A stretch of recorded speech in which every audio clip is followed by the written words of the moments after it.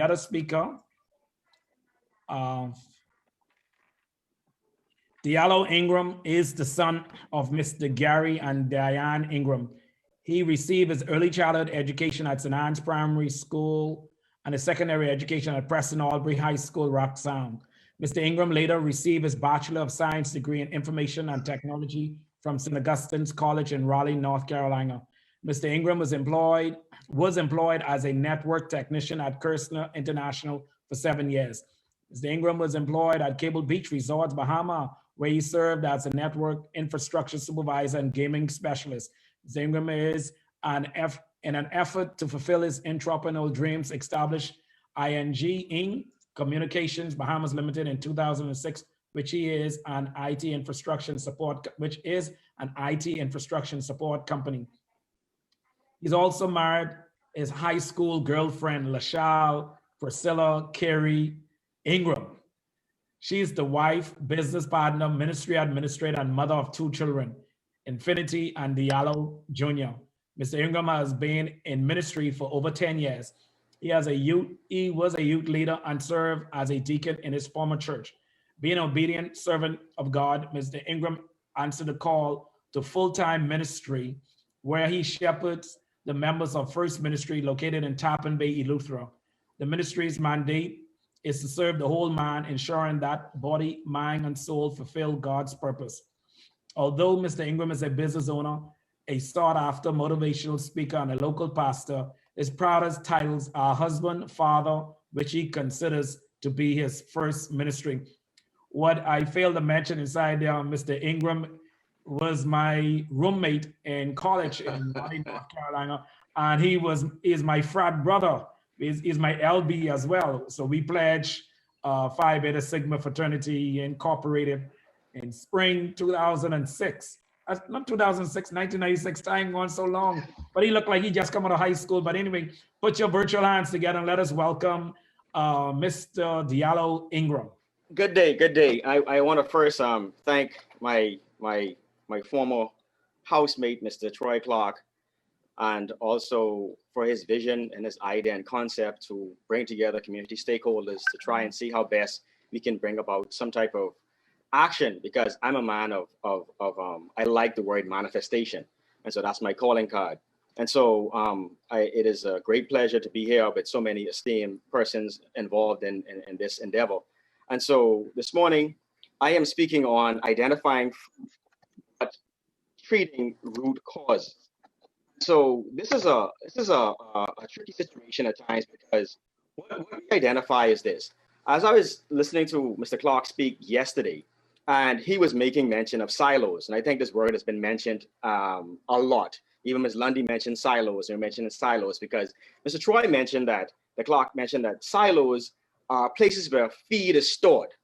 And so my whole context is actually looking at a tree and also how this ties into our society and all of our community stakeholders. And so the opportunity here is to make sure to eliminate the barriers in the silos, to make certain that we can actually harness the full potential of everyone involved to be able to feed a greater number of people.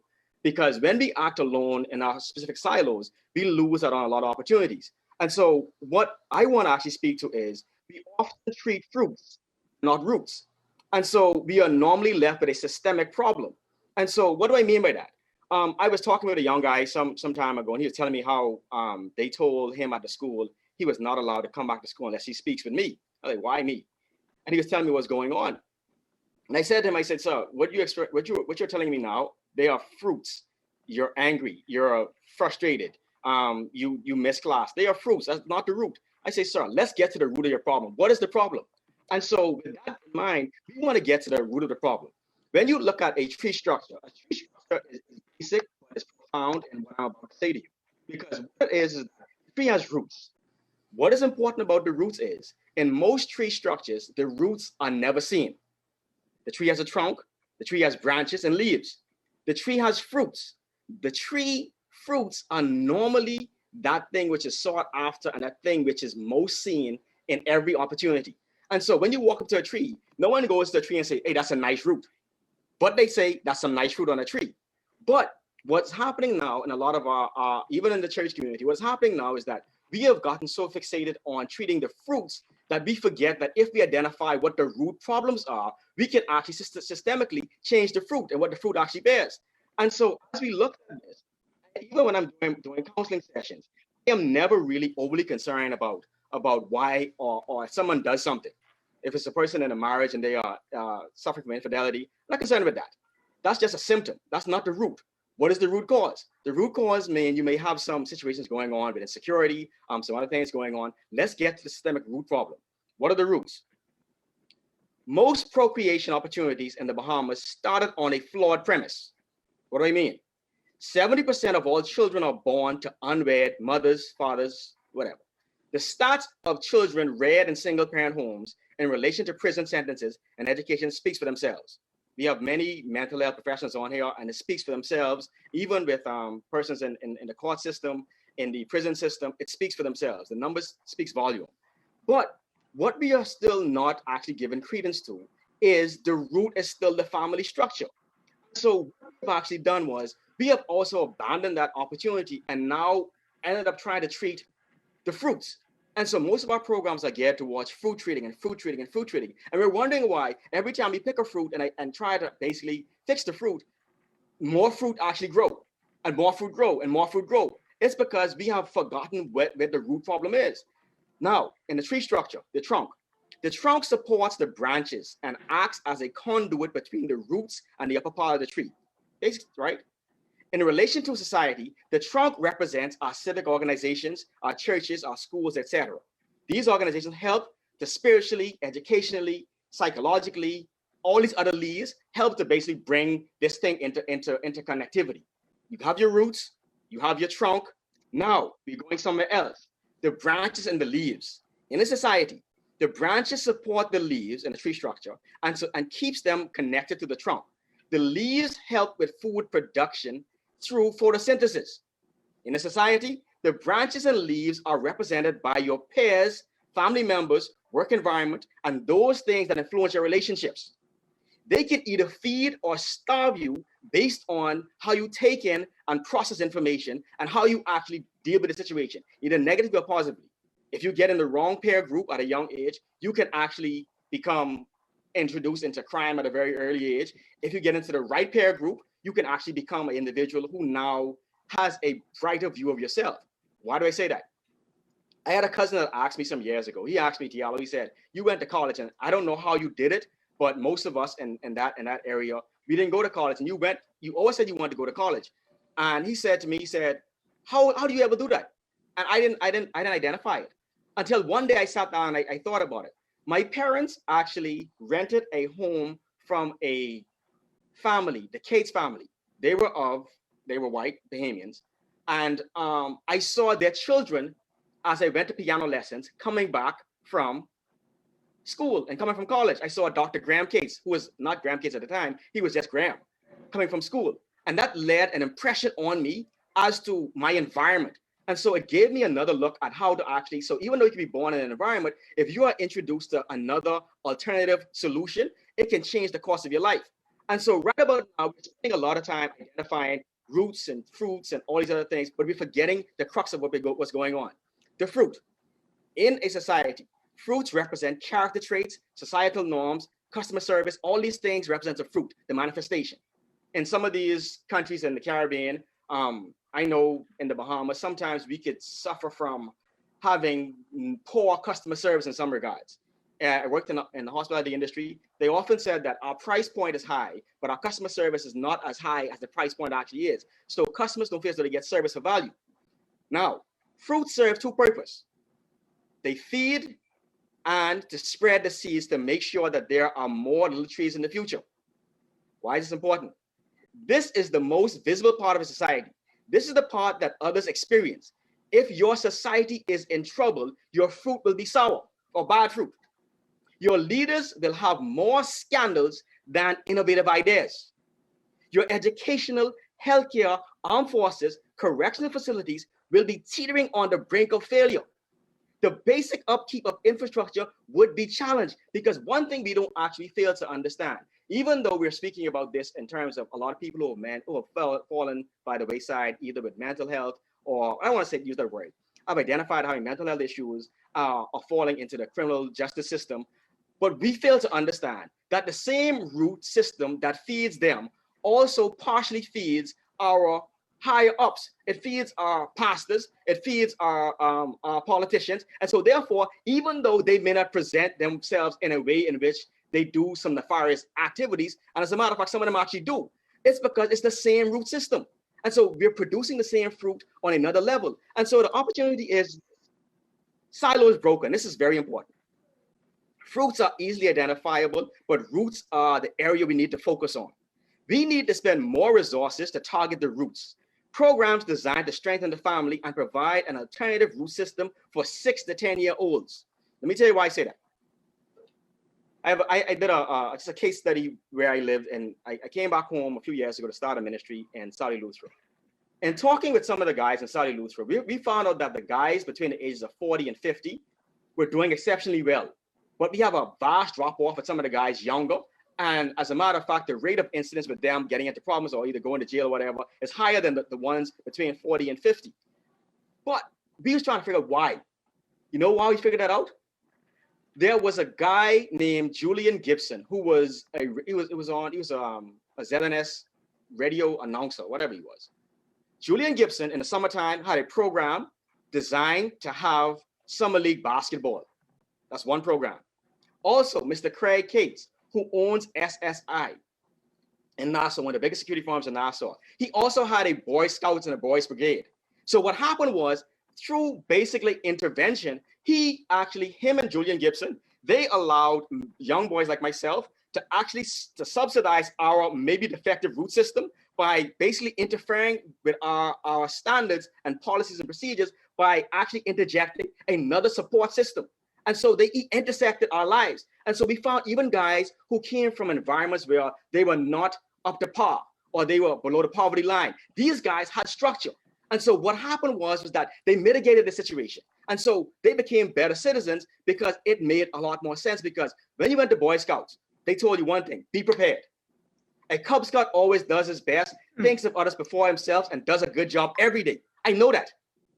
I know that back, front, and left and right. And so what happens is that a lot of times I heard Ms. Lundy speak about it. I also heard another lady speak about this as well. She was asking about funding. Let me tell you why funding is not really as important as some of us may think. Let me tell you why. If we now start to get people, the police should not only go into the schools when there's a problem. There should be a designated time in every school curriculum when the police come inside there, even if it's not in uniform, to teach a course on healthy boundaries. Also, we should have the mental professionals coming there in a strategic way, not just those who want to come. Strategically, the same way you teach our kids X times Y equals Z, which some of them never use in their life, they should be taught, for example, application. What should happen is now you're treating the root cause. So I can't get to the parents. I don't mind that. What I'm going to do is the mental health professionals now will be given an hour or 2 hours every day on every campus to make sure we put this in a part of the curriculum.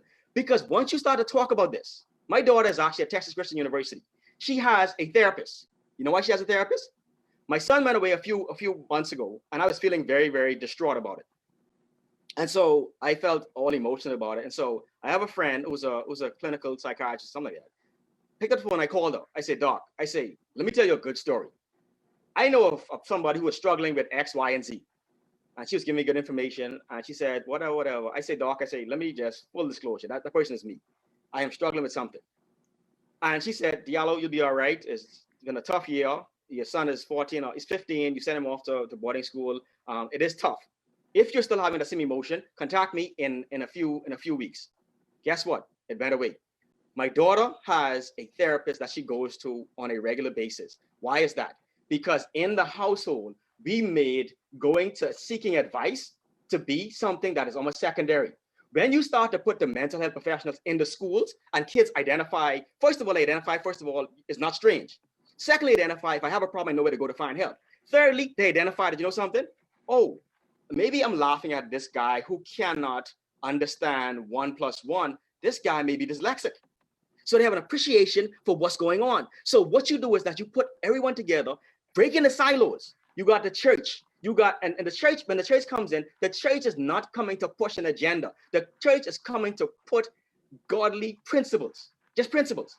Some people get offended by this. I heard a guy, someone mentioned something, I think yesterday, but you got to give principles. And so if you have the church in the schools, you have the mental health professionals in the schools, you also have the police in the schools. Now you start to break down the walls of this dysfunctional system where, and as they go into these places where they are fed, but you're feeding them something else. Now, let me tell you why money is not that important. And Troy, you and I come from the same school of thought. We have a group called Manifestation Mondays. And I was literally thinking about charging the guys to come to Manifestation Mondays. I say, it's my time. It's a 12-week program. I gotta charge something to recoup my money. You know what happened? I spoke to a guy about it. And the guy said, Diallo, that's what you're doing?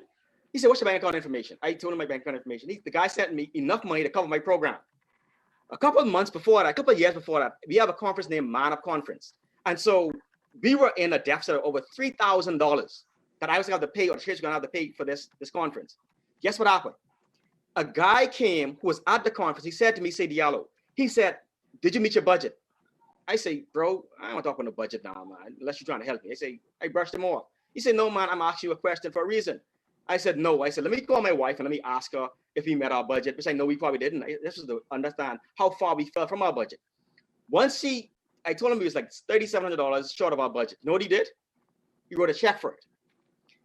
We have a systemic problem where we are now trying to get government to fund our programs and ideas. We are going to people who are transients. They're transients. Most of them don't last more than 5 years. We are going to transients to ask them to help us with a long-lasting situation. That's another systemic problem. We need to figure out how to produce and how to actually cultivate an environment where when people see value, community stakeholders will jump on board, but they got to see value. And sometimes we may have to launch out and do these things without the help of anybody and watch people come and bring money to you.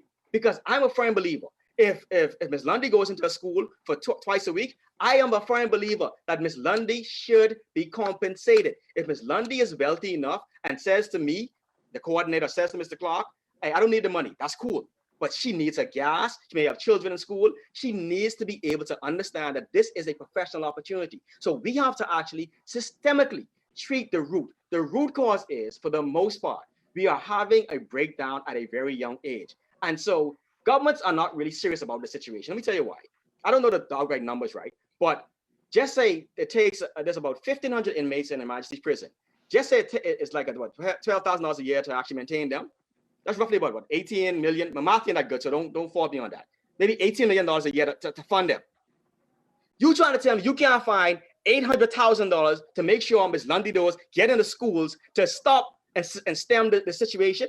We should have an initiative now where in the Bahamas, within the next 7 to 10 years, we should be able to reduce the number of inmates by about half. Because why? When Ms. Lundy goes there, when Diallo goes there, I mean, now getting these 6 and 7 and 8 and 9 and 10-year-olds and teach them about mental health, teach them about values. The police come in and teach them about healthy boundaries. 10 years down the line, the prisons should be to the point where we should be able to shut down at least a wing. Let me tell you why it's important. This is my last example. A few years ago, my wife was teaching in Nassau. And she said to me, Diallo, she said, there's a guy in school that's causing a lot of problems, and they already socially promoted him. 1 grade to get him out of primary school now. This ain't high school. This primary school. Listen to this now. This primary school. She said, he's having a problem in school. I say, hon, I come in my school. Let me take a look at this boy. I say, where are the guidance counselors? She said, well, I know. I come into school. Miss Lundy, I got to school. The young man was wearing a Peter Pan blouse. First of all, the young man had a waist size about 14, was wearing a belt size about 32 wrapped around his waist. He had a pair of pants on that was gunning. He had some shoes on that didn't look like they even made any kind of sense. You know what he was doing? Every time someone laughed at him, he was punching these guys in their mouths. Straight up. I said, young man, I said, hold on, man. I said, you have any food? He said, boy, things tough. He said, my mom is XYZ, my dad is XYZ. He said, my aunt trying her best with me, but she ain't got no money, so I don't want to go on the poor line. Well, it's cool. I said, sir, from this day on, I leave $1 every day at school for you to make sure, go to Miss Ingram and get that $1 to feed yourself. I said, next thing is, these clothes you got on, I say, come back to school tomorrow and we can buy you new shoes, a new shirt, X, Y, and Z. Cut a long story short. A few years later, I saw the same young man working at budget food store. I say, bro, I say, where my money is, man? You owe me some money? All the money I invested in you? He say, man, Stinger, man, I ain't as strong yet, man. I ain't as strong yet. I say, but I say, you look good though. He said, yeah, man, I doing good. That's a long story, tell you a short story. We are continually working the fruit. We're trying to work with guys when they're 25, 30, they're already committed murders and crimes and different things, which is not cool, but we can help them at that level. We got to get back to the root cause. I heard Mr. Mora mention, I think you Bantu, I think we are because, or I am because we are. We have to get back to a collaborative effort. We got to break down these silos and stop, for Lord's sake, not my sake, stop depending on governments to fund the situation. These individuals, hey, look, yes, Troy, I do apologize. I do apologize, Troy. These individuals are transients. Mm-hmm. They are transients. Today here and tomorrow they're gone. Mm-hmm. So we are stakeholders. We are community stakeholders. The police told me some months ago when I came back to Lustra, they said, I am glad you're back in Tarpon Bay. You know why? They said they saw a reduction in situations before COVID happened. They saw, not what I said. I blow my own horn. They said they saw a reduction in crime and other little small things happen in the community since we came here. Because why? We started to actually attract crime at the root. The root is we have a breakdown in the family structure. And until we identify that and put our resources to that, let them spend the $18 million every year on Emergency's prison. Let's get together and figure this thing out. If I could garner 7, 8, or 4 or 5,000 of my programs, you trying to tell me we can't find money from Miss London to go into schools? We can find that because we become politically dependent. And that's why we still in the same position year after year in these third world countries, year after year after year. Give you a bunch of lies, we buy the lies, then they tell you, well, we ain't got no money to fund the program, but you can spend $10 million on building something else. You just ain't serious, and you gotta be serious, but we gotta be serious. So, with that being said, the silos have to be broken. We should have in schools, we should have the healthcare professionals, we should have the police officers, we should have these people not coming in there just happenstancely. There should be something on the curriculum for Ms. Lundy and for Mr. Clark to come into school every week, at least once a week, to have a class properly taught, properly structured, and also a grade given for that. You're not going to reach everybody. You'll never reach everybody. But what you want to do is start to eat at the base of what this problem is. We are systemically, continually feeding fruits. We need to figure out how to get to feed the root. To treat the root, the same way how it was with the young guy who I saw at the school some years ago. What you begin to do is you begin to attack this thing at the core of what it is. And once you do that, now Mr. Clark's job on the other end becomes a bit easier. As a matter of fact, even for the guys who may fall into Mr. Clark's hand and some of the other law enforcement agencies' hand, you'll have even a better quality criminal and all. They at least know principles. They at least have this thing. And so once you put them in the schools, once you put us in the schools in a systemic way, not if you want to come. No, there's a class. You have to take this class to graduate. Have to. And not in grade 10 or 11. No, that's hard. You got to go in grade 2 and 3 and 4. I told my wife before, in the Bahamas, maybe we should be teaching courses in ethics. Don't thief. Troy, I do apologize. I'm blunt. I mean, that's just how I am. I can't be nothing else. But this is what we got to do. So breaking the silos, we got to understand. If we want to see change in the next 5 or 10 years, we should offer this, leave here with an action item and say, you know something, in the next 5 or 10 years, even if nobody comes and help us, we got enough brain power, enough things right now that we can actually invoke change in our communities. Maybe we can't do it in every school, but let's look at the schools that are hardest hit. The numbers out there, they know the schools where in the prison system, there's some schools that feed prisons more than other schools. They know that. I know that for a fact. I know that for a fact. So I hope you guys know it. Go to them schools, target them first.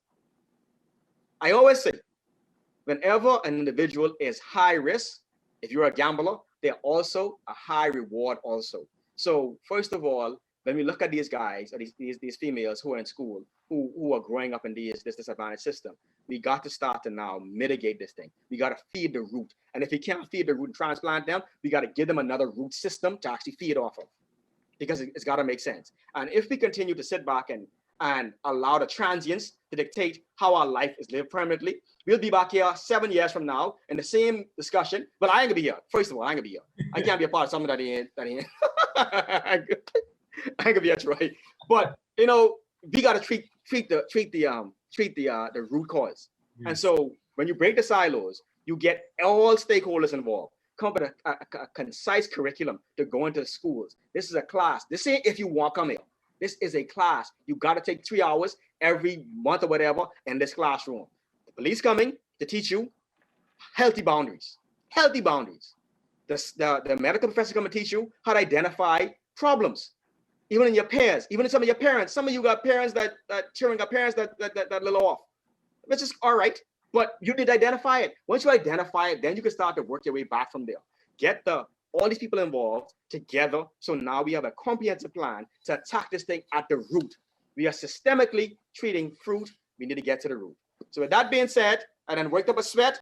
I ain't tired, but I worked up a sweat, Mr. Clark. So thank you for your time. And I hope I was able to bring some type of insight, because I am not only speaking from matter of factly.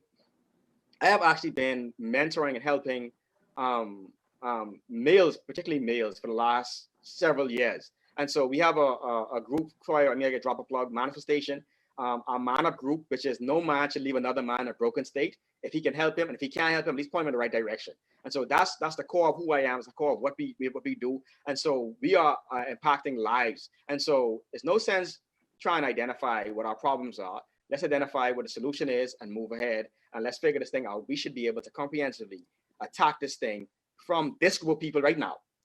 We don't need no transients. If they come along, thank God they don't come along. Cool. So long, no big issue. So Mr. Clark, thank you for your time. Enjoy the opportunity. I will continue to listen. I think I'm actually on later on. With the, yes, you are. And you are on the panel discussion, and this has to come up in the panel discussion. Thank you very much for a very timely, informative discussion or presentation, actually, Mr. Ingraham. We really, truly appreciate it.